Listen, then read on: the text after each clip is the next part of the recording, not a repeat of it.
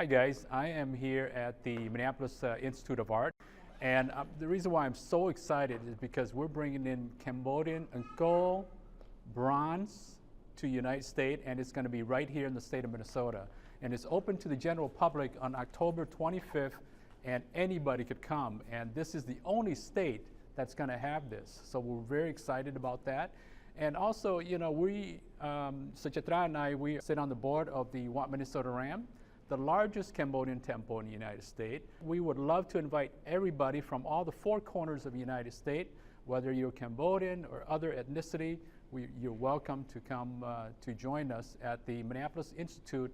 of Art.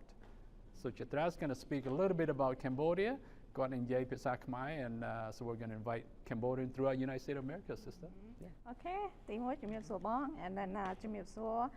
អ្នកទាំងអស់គ្នាដែលជាជនជាតិខ្មែរយើងថ្ងៃនេះនាងខ្ញុំមានចិត្តសប្បាយរីករាយនិងត្រេកអរនៅអ្វីដែលខ្មែរយើងកំពុងតែធ្វើនៅពេលនេះព្រោះថាយើងនឹងមានព្រះអង្គវិស្ណុដែលតាំងពីជំនាន់សម័យអង្គរ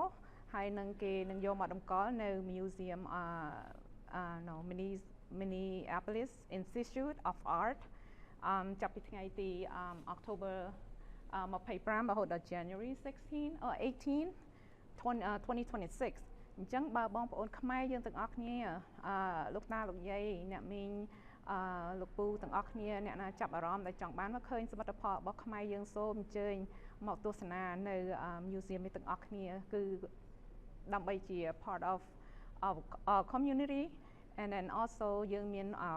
វត្តដែលខ្មែរយើងមាននៅវត្តមនីស្តារាមនេះអញ្ចឹងសូម្បីតែប្រជាជនខ្មែរយើងដែលរស់នៅក្រៅស្រុក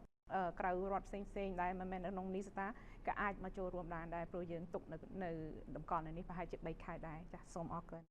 The other piece I want to add too is not just Visnu coming in, it's other bronze. Right now they're setting it up, setting the stage for this big event. They're knocking down the walls already, they're painting the walls, and make it a feel that when you walk into this place, you are walking in ancient time of Cambodia. So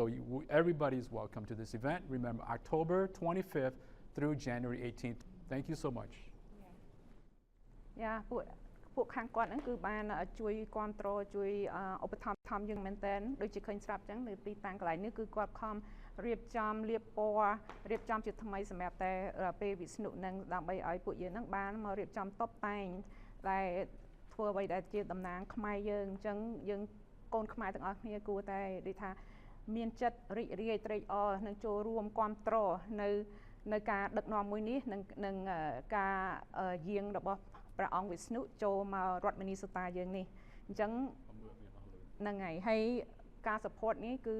ធំធេងណានិយាយចំសម្រាប់ខ្ញុំគឺខ្ញុំនិយាយទៅគឺព្រឺរោមហើយណាមួយដូចថាយើងត្រេកអរយើងមានមោទនភាពដែលយើងជាខ្មែរហើយយើងអាចធ្វើនៅសមិទ្ធផលទាំងអស់នេះបានហើយជាពិសេសគឺនៅរដ្ឋមនីសូតារានឹងតែម្ដងចាស់សូមអរគុណ